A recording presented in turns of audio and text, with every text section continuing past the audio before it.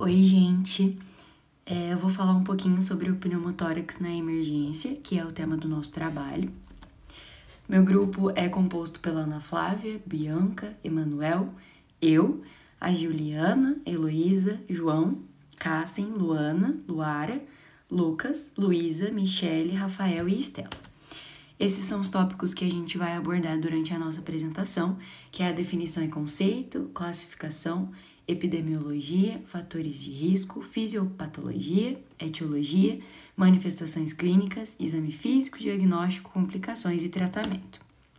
Bom, para falar sobre pneumotórax, eu vou começar definindo ele, né, que é a presença de ar no espaço pleural. E para contextualizar e entender, a gente vai recapitular o que é o espaço pleural. No pulmão, a gente tem duas pleuras, né? A pleura visceral, que recobre o pulmão, e a pleura parietal, que reveste a parede torácica. Entre essas duas pleuras, a gente tem um espaço, e esse espaço é a chamada cavidade, né? É uma cavidade que é chamada espaço pleural. Quando a gente fala de condições normais, essa cavidade existe uma fina camada de líquido, que é o líquido pleural, que vai funcionar então como um lubrificante, permitindo com que as pleuras deslizem suavemente, sem atrito, durante a nossa respiração. E também mantém a pressão intrapleural negativa. Portanto, em condições normais, né, sem que haja uma doença, a pressão pleural ela é negativa em relação à pressão atmosférica.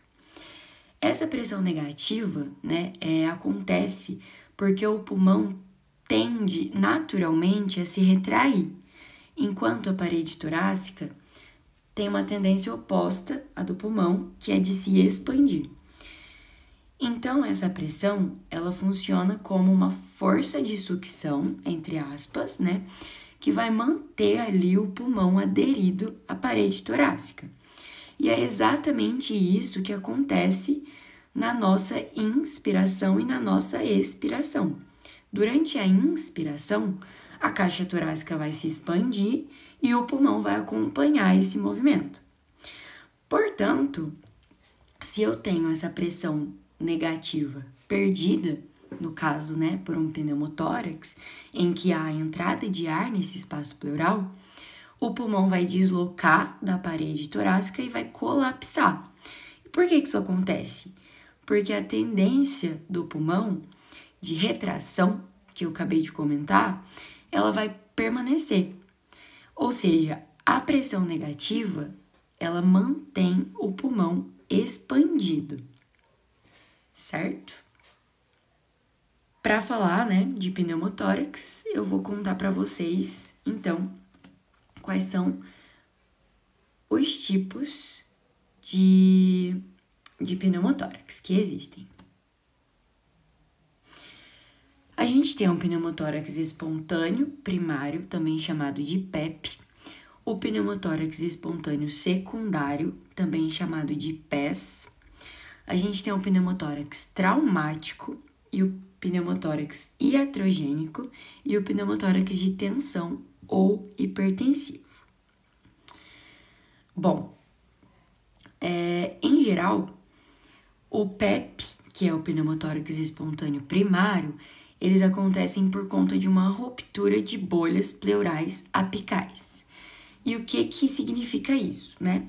Essas bolhas pleurais são pequenos espaços císticos, pequenas bolsas de ar, que estão localizadas dentro ou sob a pleura visceral.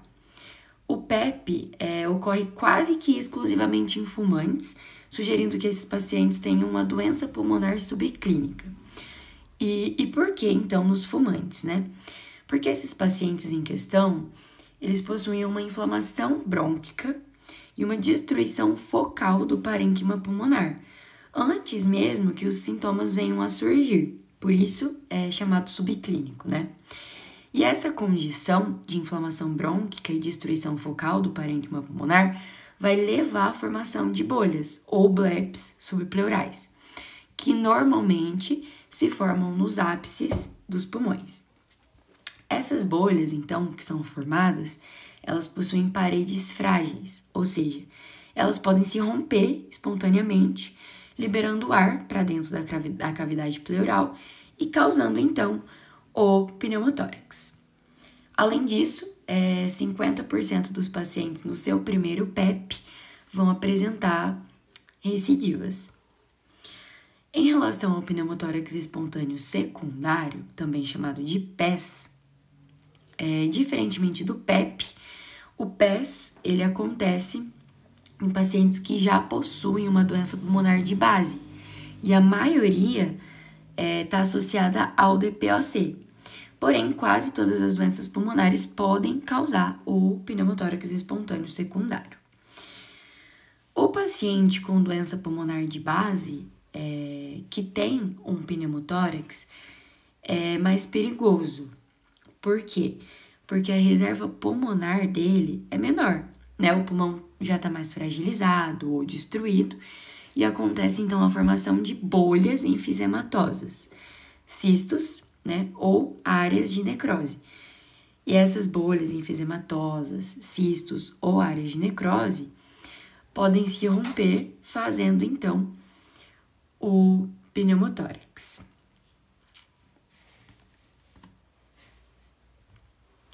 Depois a gente tem um pneumotórax traumático, como o próprio nome diz, é causado por um trauma, e esse trauma pode ser aberto, perfurante, ou fechado, contuso. O fechado, a gente tem como exemplo o acidente de carro com colisão, a queda de uma grande altura, um impacto esportivo. Aqui a gente não tem uma penetração da parede torácica, mas a força do impacto ela é suficiente para poder romper os alvéolos, brônquios ou a pleura visceral, permitindo então que o ar passe para o espaço pleural. Além disso, também pode acontecer a fratura de costelas, que podem lesar o pulmão. Já o aberto, a gente tem como exemplo aí, ferimento por arma branca, projéteis de arma de fogo, objetos perfurantes, enfim. E aqui, nesse caso do pneumotórax aberto, existe uma comunicação direta entre o meio externo e a cavidade pleural. Depois, a gente tem o pneumotórax iatrogênico. O pneumotórax iatrogênico ele é classificado como um subtipo de pneumotórax traumático, porque ele é causado por uma lesão mecânica induzida, ou seja, ele é uma complicação de procedimentos médicos. E quais procedimentos médicos, né? Principalmente por aspiração transtorácica por agulha, que é um exame diagnóstico feito para biópsia pulmonar, toracocentese, que é um procedimento feito para retirada de líquido pleural, e a inserção de catéter venoso central. A gente tem como exemplo a subclávia e a jugular. Sendo a subclávia, né, onde existe mais risco, um risco maior, porque o trajeto da agulha é muito mais próximo do ápice pulmonar. Depois, a gente tem o pneumotórax de tensão, também chamado de pneumotórax hipertensivo, que é a forma mais grave que nós temos de pneumotórax. É uma emergência médica potencialmente fatal. E como que é o mecanismo, então, do pneumotórax hipertensivo? Ele tem um mecanismo que é chamado de mecanismo de válvula unidirecional. O que significa isso? O ar, ele entra na cavidade durante a inspiração, mas ele não consegue sair durante a expiração. Então, a pressão intrapleural aumenta cada vez mais, progressivamente, até ela ficar positiva, que é o que não pode acontecer, né? Já que ela tem que ficar negativa para poder manter o pulmão estendido. Portanto, se a pressão ficar negativa, o que vai acontecer? O pulmão vai colapsar. Além disso, essa pressão positiva, ela pode causar 2 problemas: o comprometimento respiratório e o comprometimento circulatório. Por quê?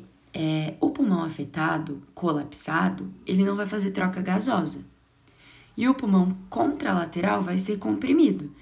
Isso vai fazer com que diminua ainda mais a capacidade ventilatória. Além disso, o mediastino vai ser empurrado para o lado. E esse desvio do mediastino vai comprimir principalmente a veia cava superior, podendo em alguns casos também comprimir a inferior, e vai comprimir também o coração, levando a uma redução do retorno venoso para o átrio direito, consequentemente diminuindo o enchimento ventricular, caindo, havendo aí uma queda do débito cardíaco, contribuindo então para uma hipotensão e um choque obstrutivo. Por isso que ele é potencialmente fatal. A gente tem como principais causas do pneumotórax hipertensivo a respiração artificial e tentativas de RCP, de reanimação. Bom, a gente tem então as bolhas no PEP, no pneumotórax espontâneo primário, e as bolhas no PES, no pneumotórax espontâneo secundário. E em relação a essas bolhas, a gente tem que lembrar que elas são diferentes. No PEP, as bolhas são pequenas, apicais normalmente, e o pulmão do paciente aparentemente está normal. E as bolhas do PES, no PES, no pneumotórax espontâneo secundário, elas costumam ser maiores, mais numerosas, difusas e num pulmão já doente, sem uma reserva funcional. Em relação à epidemiologia, o pneumotórax é muito mais comum em homens do que em mulheres, tendo aí 79% de chance em homens e 21% em mulheres. No PEP, que é o pneumotórax espontâneo primário, a gente tem de 7 a 18 em 100 mil homens no ano e de 1 a 6 em 100 mil mulheres no ano.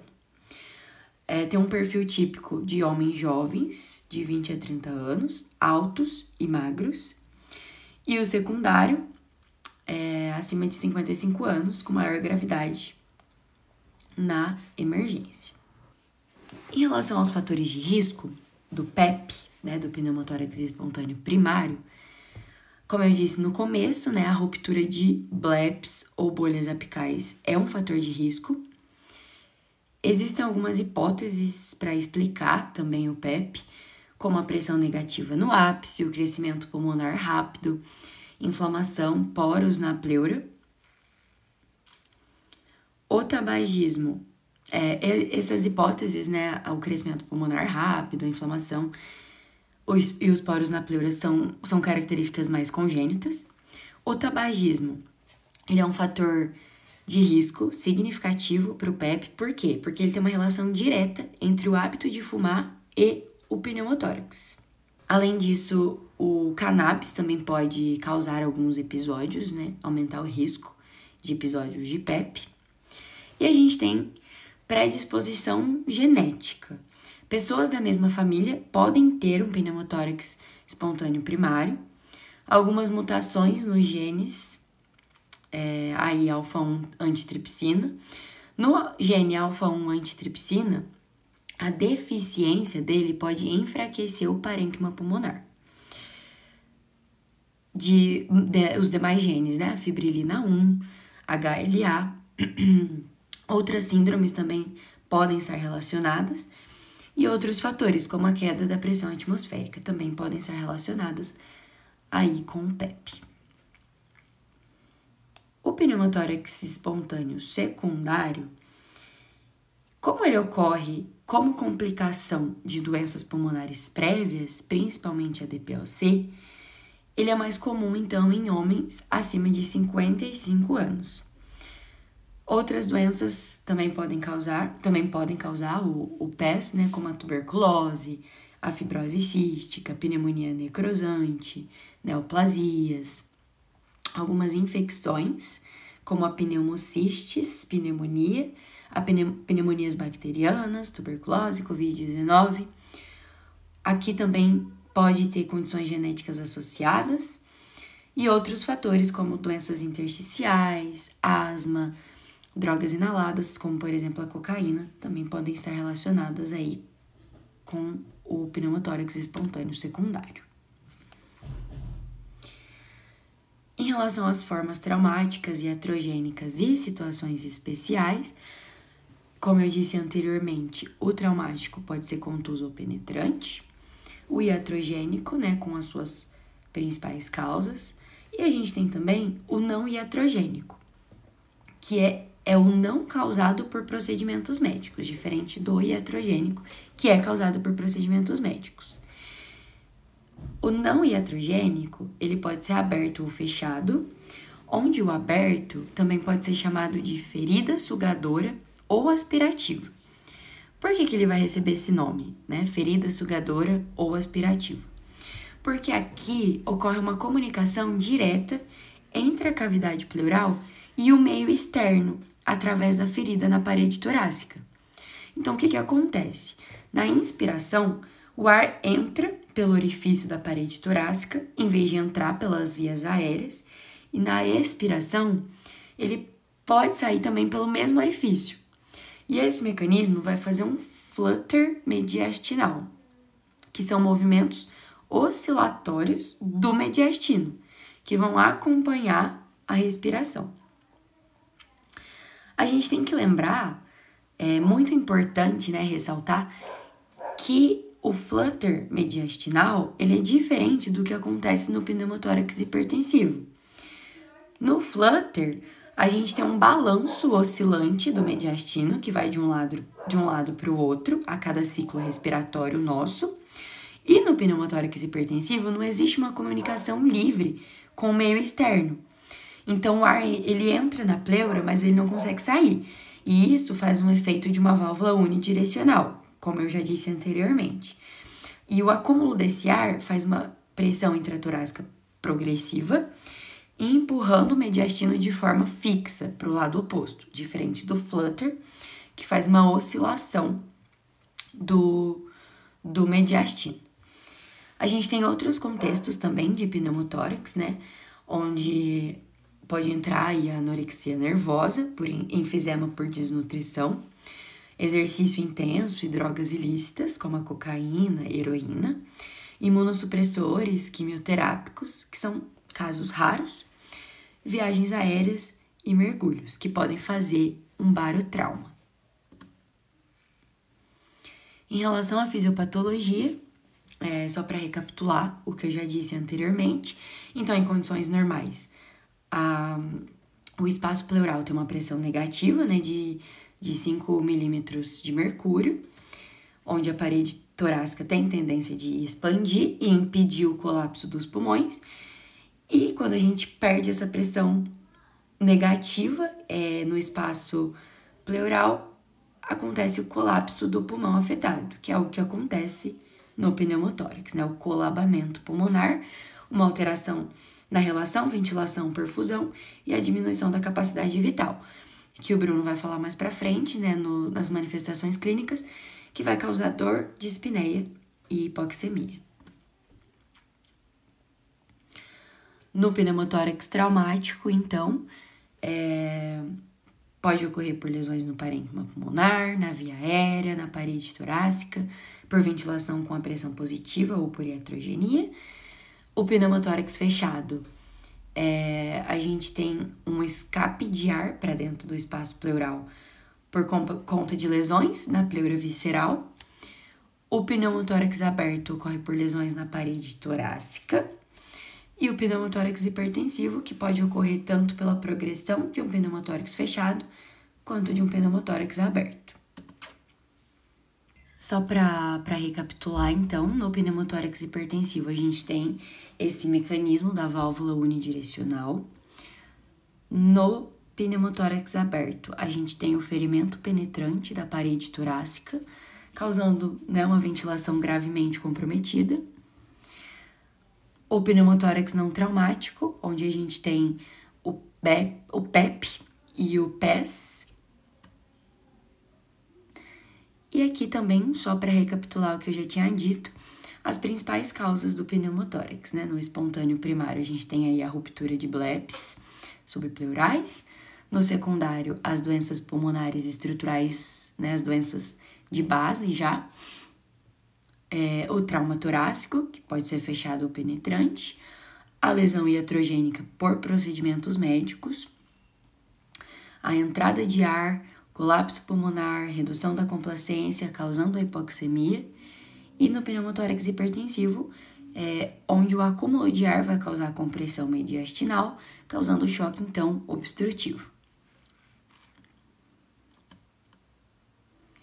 Aqui a gente deixou como se fosse um apanhado, né, um resuminho da classificação e das características de cada um deles. E agora o Bruno vai terminar de seguir com vocês o resto dos tópicos que a gente vai abordar. Bom, falando um pouco sobre as manifestações clínicas.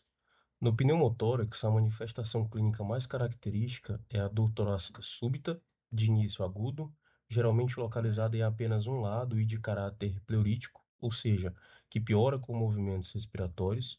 Essa dor pode variar de leve a intensa e muitas vezes assusta o paciente. Além da dor, a dispneia é outro sintoma-chave. A intensidade da falta de ar depende de dois fatores principais: o tamanho do pneumotórax e a condição basal do pulmão. Por exemplo, um jovem saudável pode suportar um pneumotórax moderado com relativa estabilidade, enquanto um paciente com DPOC pode apresentar intensa dispneia mesmo com um pneumotórax pequeno. É interessante observar que, em alguns casos leves, os sintomas podem melhorar espontaneamente em 24 horas, mesmo sem tratamento. Mas isso não significa resolução do problema, apenas uma compensação temporária. No exame físico, encontramos sinais muito importantes. O mais comum é a taquicardia sinusal, que ocorre pela resposta ao estresse respiratório e pela hipoxemia. A ausculta revela murmúrio vesicular diminuído ou abolido no lado acometido. A percussão, o tórax apresenta hipertimpanismo, um som mais claro e ressonante, característico da presença de ar. Outro achado é a ausência do frênito tóraco-vocal. Em casos associados, podemos observar enfisema subcutâneo que se manifesta como crepitação palpável sob a pele. Vale destacar que em pneumotórax pequenos, os achados podem ser mínimos ou até ausentes. No trauma, a ausência de murmúrio vesicular tem alto valor preditivo para pneumotórax. E no pneumotórax hipertensivo, os achados são ainda mais dramáticos, apresentando dispneia intensa, hiperressonância, desvio de traqueia e hipotensão, configurando uma emergência vital. O diagnóstico se baseia em clínica e em exames complementares. A radiografia de tórax é o exame mais usado. Em póstero anterior, mostra perda das marcações pulmonares periféricas, linha pleural visível e ausência de vasos além dela. Em casos graves, pode-se observar desvio traqueal, abaixamento do diafragma e aumento do hemitórax. Uma curiosidade é que a radiografia de perfil detecta até 14% dos casos que não aparecem nas incidências em PA. A ultrassonografia tem revolucionado a prática, especialmente no pronto-socorro. É um exame mais acessível que a radiografia, é um exame mais sensível que a radiografia, mostrando a ausência de Lungs-Linde e das linhas B, ou caudas de cometa. É o exame preferido em pacientes instáveis, pois pode ser feito à beira-leito. A tomografia é o padrão ouro, mas reservada para pacientes com doenças pulmonares de base ou quando há dúvida diagnóstica. A avaliação do tamanho do pneumotórax pode orientar condutas. Existem critérios diferentes. Pela ACCP, considera-se pequeno quando a distância do ápice pulmonar até a cúpula torácica é menor que 3 centímetros. Já pela BTS, considera-se pequeno quando há menos de 2 centímetros entre a pleura visceral e a parietal. Acima disso, é grande. É importante frisar que o pneumotórax hipertensivo não se define pelo tamanho, mas sim pela instabilidade clínica. Também avaliamos a estabilidade do paciente, a frequência respiratória abaixo de 24, frequência cardíaca entre 60 e 120, pressão arterial normal e saturação acima de 90% em ar ambiente indicam estabilidade. A presença de instabilidade exige intervenção imediata, independente do tamanho do pneumotórax.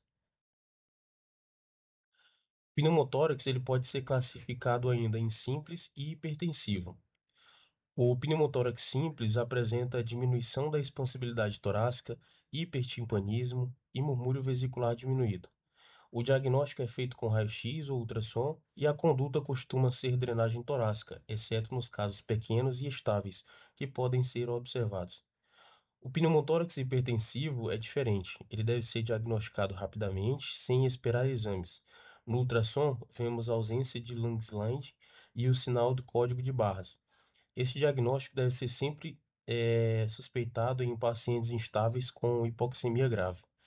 Os diagnósticos diferenciais incluem tromboembolismo pulmonar, pneumonia e pericardite, que também podem se apresentar com dor torácica e dispneia.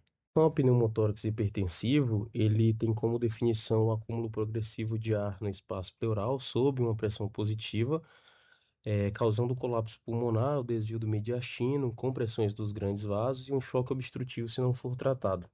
Na fisiopatologia ocorre a ruptura alveolar, comunicação com o espaço pleural, ocorre pela inspiração a entrada de ar com a dificuldade da saída do ar pela inspiração.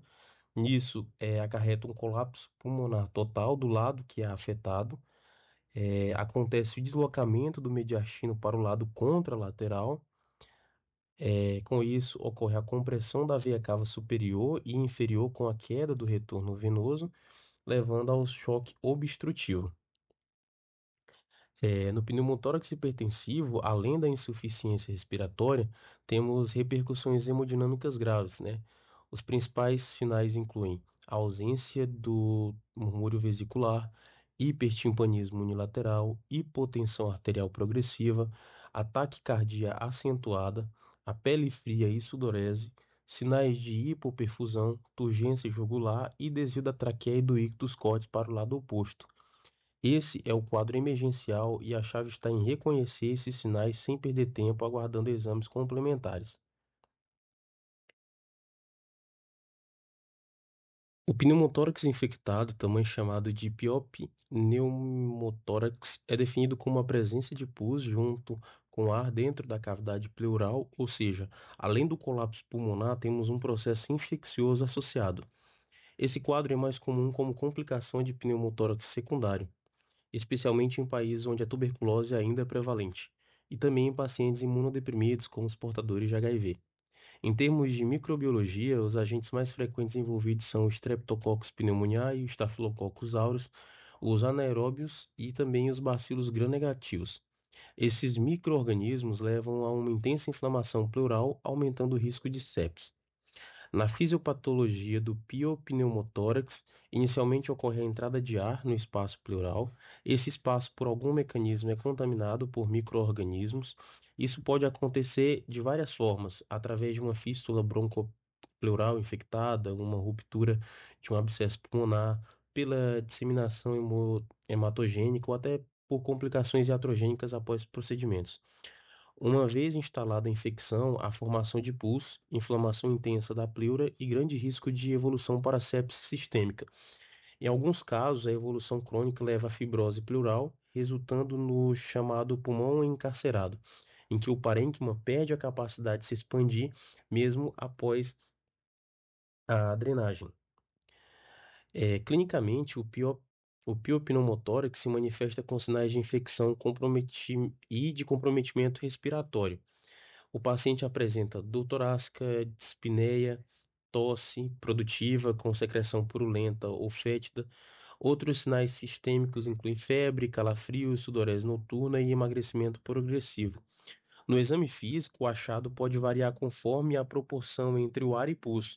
Em alguns casos, temos hipertimpanismo, em outros, maciçez à percussão.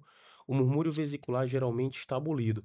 O atrito pleural pode estar presente e os sinais de toxemia, como febre alta, taquicardia e mal-estar geral, são bastante sugestivos.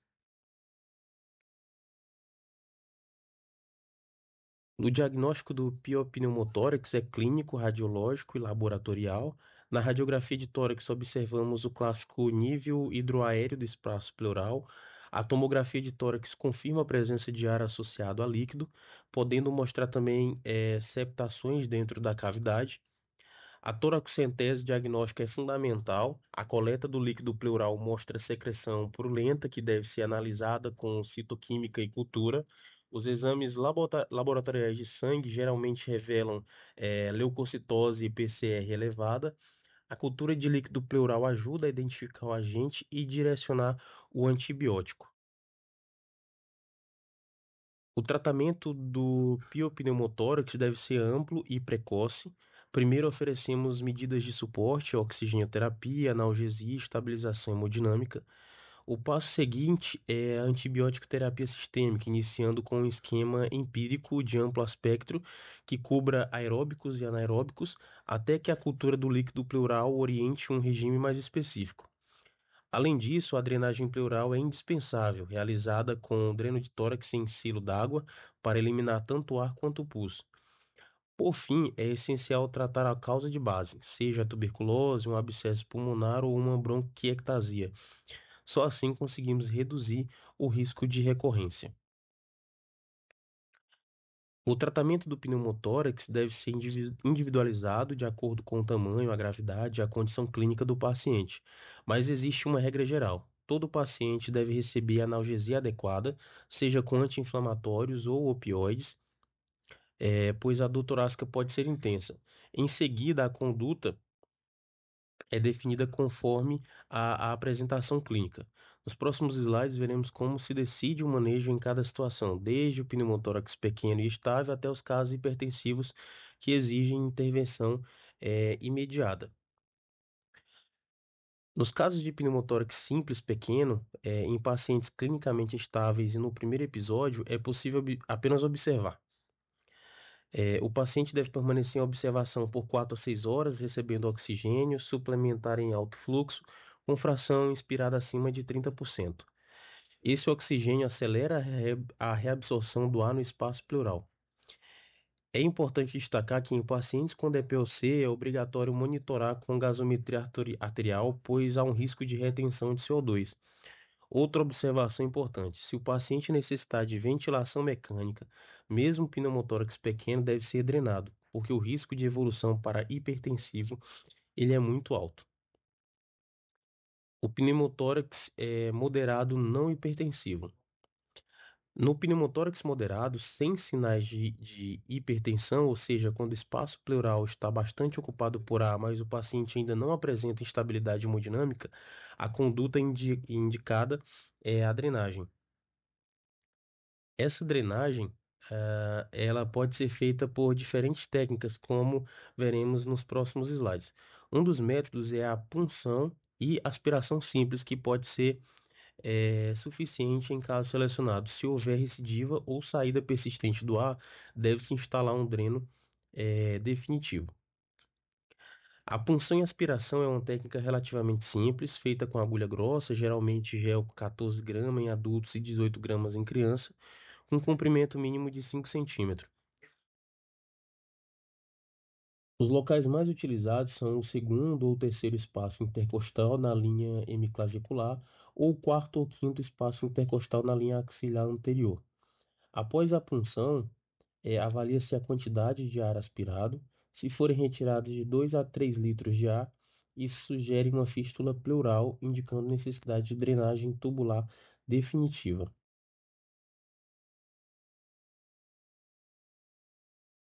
O catéter pigtal é uma alternativa menos invasiva à drenagem tradicional. Ele é inserido geralmente no quinto espaço intercostal, na linha axilar média, utilizando a técnica de Sdinger, que consiste em punção da pleura, passagem de fio-guia, dilatação e inserção do catéter. Esse catéter pode ser conectado à válvula de Heimlich, que funciona como uma válvula unidirecional, permitindo a mobilidade do paciente. Suas vantagens são menor incisão, menor dissecção tecidual e cicatriz reduzida. Entretanto, possui limitações. Ele não deve ser usado em casos de empiema ou hemotórax devido a risco de obstrução. O tratamento Too Close. Ele é um positivo é um sistema pronto para inserção direta no espaço pleural. Ele se fixa na pele e permite drenagem contínua, oferecendo maior conforto e mobilidade ao paciente. Apesar de ser uma opção prática e menos invasiva, sua limitação é a disponibilidade restrita no Brasil, o que impede seu uso rotineiro em muitos hospitais. A drenagem tubular clássica, também chamada de toracostomia em selo d'água, é o método mais difundido. O local de inserção é o quinto espaço intercostal na linha axilar média. O dreno é conectado em um selo d'água que permite a saída de ar sem risco de retorno para a cavidade pleural. A escolha do calibre do tubo ele é fundamental, né? Tubos de grande calibre são indicados em pneumotórax extensos, pacientes com ventilação mecânica ou quando há saída volumosa de ar.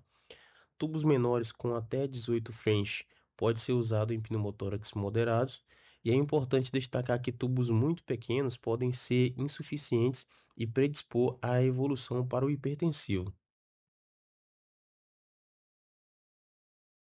No pneumotórax hipertensivo, nos casos graves com repercussão dinâmica, a conduta deve ser imediata.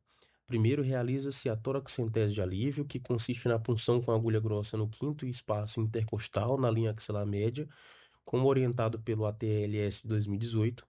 Esse procedimento reduz rapidamente a pressão intratorácica, permitindo estabilização torácica. Em seguida, deve-se instalar a drenagem definitiva por toracostomia com selo d'água. Nos casos de pneumotórax de grande porte, recorrente, bilateral ou associado a hemotórax, a drenagem tubular é a abordagem padrão. Um cuidado importante é evitar esvaziar o pneumotórax muito rapidamente, pois isso pode causar um edema agudo de reexpansão pulmonar.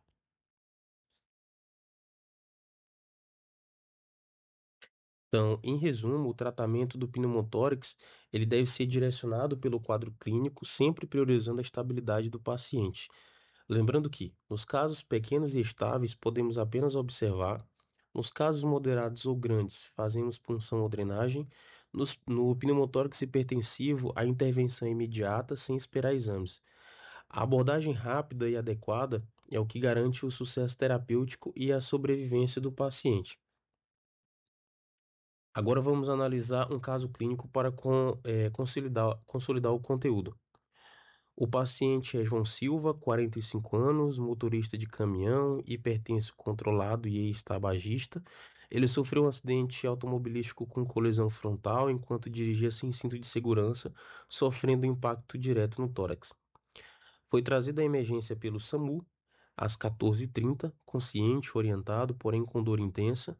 Os sinais vitais eram preocupantes: pressão arterial de 90 por 60 milímetros de mercúrio, frequência cardíaca de 120 batimentos por minuto, frequência respiratória de 28 incursões por minuto e saturação periférica de oxigênio 88% em ar ambiente. No exame físico, apresentava deformidade no hemitórax direito, movimento paradoxal da parede torácica, dor importante à palpação, crepitação subcutânea e murmúrio vesicular diminuído à direita, além dos ruídos crepitantes. O conjunto dos achados é altamente sugestivo de pneumotórax hipertensivo direito, provavelmente decorrente do trauma torácico no acidente. Então, diante desse caso, surgem as primeiras perguntas, né? Quais são os principais sinais clínicos de suspeita do pneumotórax hipertensivo na emergência? O diagnóstico deve ser confirmado, por exame de imagem. Essas perguntas elas são importantes porque reforçam o raciocínio clínico e a necessidade de rapidez, no manejo. Em relação à primeira pergunta, os sinais clínicos de pneumotórax hipertensiva elas incluem a dispneia intensa, a dor torácica súbita, hipotensão, ataque cardíaco, cianose, a diminuição ou a ausência do murmúrio vesicular no lado afetado, o desvio da traqueia para o lado contralateral e distensão das veias jugulares. Esses são sinais de falência respiratória e circulatória iminente. Então, sobre a segunda pergunta, é fundamental entender que o diagnóstico do pneumotórax hipertensivo ele é essencialmente clínico, ou seja, não devemos perder tempo esperando exame de imagem como raio-x ou ultrassom. Embora esses exames possam confirmar, a intervenção ela deve ser imediata diante da suspeita clínica, porque o atraso pode custar a vida do paciente. As duas últimas perguntas são: qual é a conduta inicial para o tratamento do pneumotórax hipertensivo e que medidas adicionais devem ser tomadas após a estabilização inicial? Essas perguntas nos direcionam para a conduta prática, que é o ponto mais importante no manejo do paciente. Então, em relação à terceira pergunta, a conduta inicial do pneumotórax hipertensivo é a descompressão imediata com agulha de grosso calibre, preferencialmente de 14 gramas, no quinto espaço intercostal, na linha axilar anterior ou média. Essa punção ela serve como medida de alívio, permitindo a saída rápida do ar e revertendo temporariamente a compressão mediastinal. Logo em seguida, deve ser realizada a drenagem torácica definitiva, com dreno em selo d'água, que manterá a evacuação do ar e impedirá a recorrência imediata. Quanto à quarta pergunta, após a estabilização inicial, o paciente ele deve receber oxigênio suplementar, monitorização contínua dos sinais vitais e dos parâmetros hemodinâmicos e reposição volêmica se necessário, para corrigir a hipotensão. Além disso, é importante investigar e tratar lesões torácicas associadas como fratura de costela, hemotórax ou contusão pulmonar.